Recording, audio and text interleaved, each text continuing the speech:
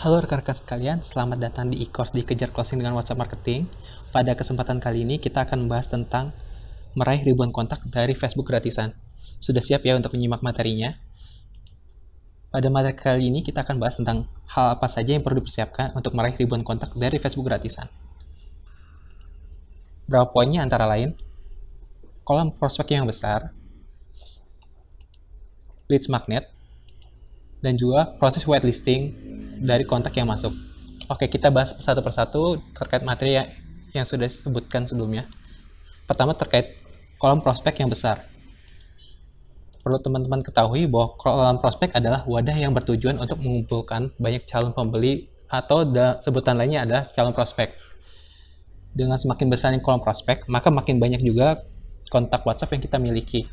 Karena untuk meraih kontak WhatsApp ini, kita juga memanfaatkan konsep funneling.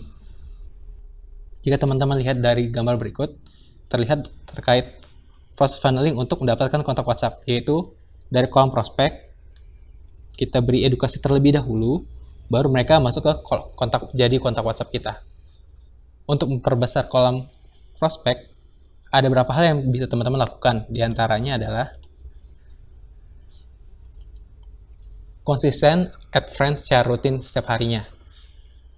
Dan untuk konsisten add friends setiap harinya, teman-teman maksimal hanya menambahkan 40 orang baru per harinya.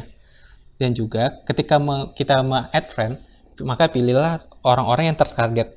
Dalam arti bahwa orang yang kita add friend adalah orang-orang yang sesuai dengan target market kita.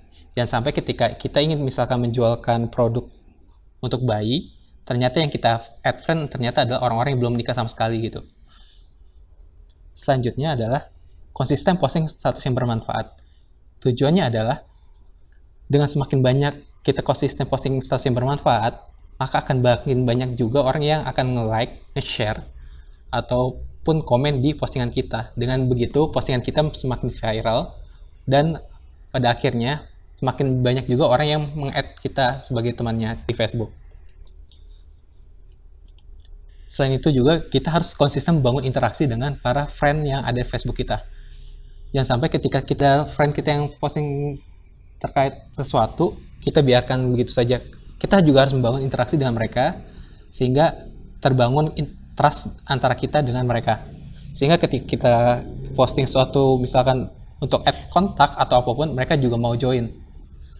Dan kolom prospek ini tidak hanya melalui Facebook pribadi, tetapi juga dengan Facebook group.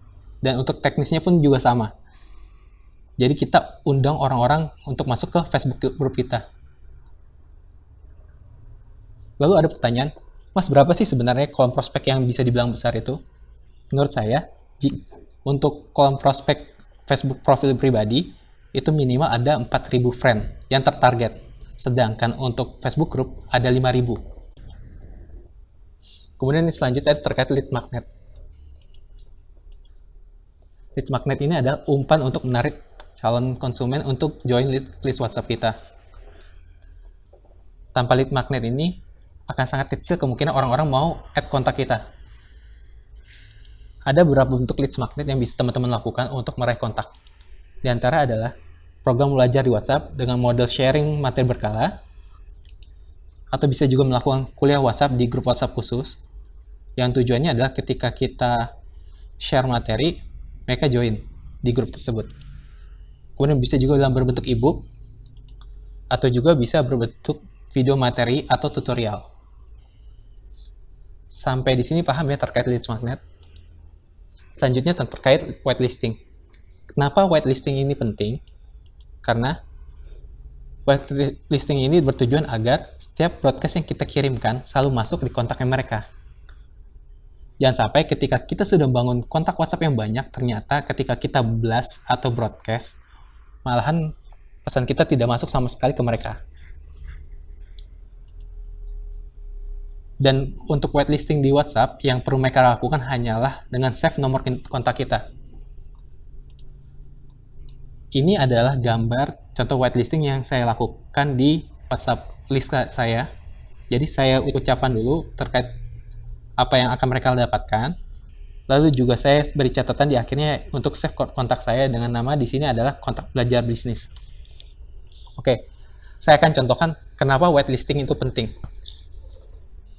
Ini adalah tampilan untuk contoh base list saya, di mana di sini ada 2 orang penerima, ada penerima 1 dan penerima 2. Nah, saya akan tes, saya chat dulu ke penerima 1.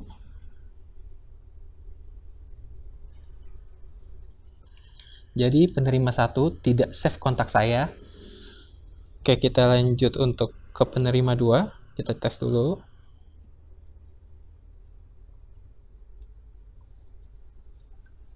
Nah, si penerima sudah save kontak saya di sini.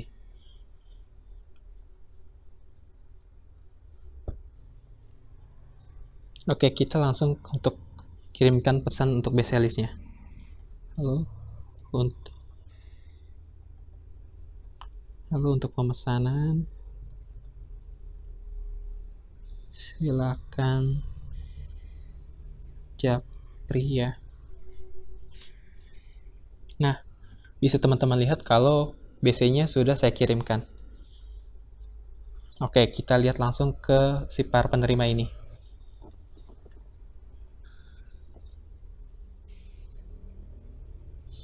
Oke, kita lihat ke penerima 1. Di sini bisa teman-teman lihat bahwa BC yang saya kirimkan tidak masuk ke si penerima.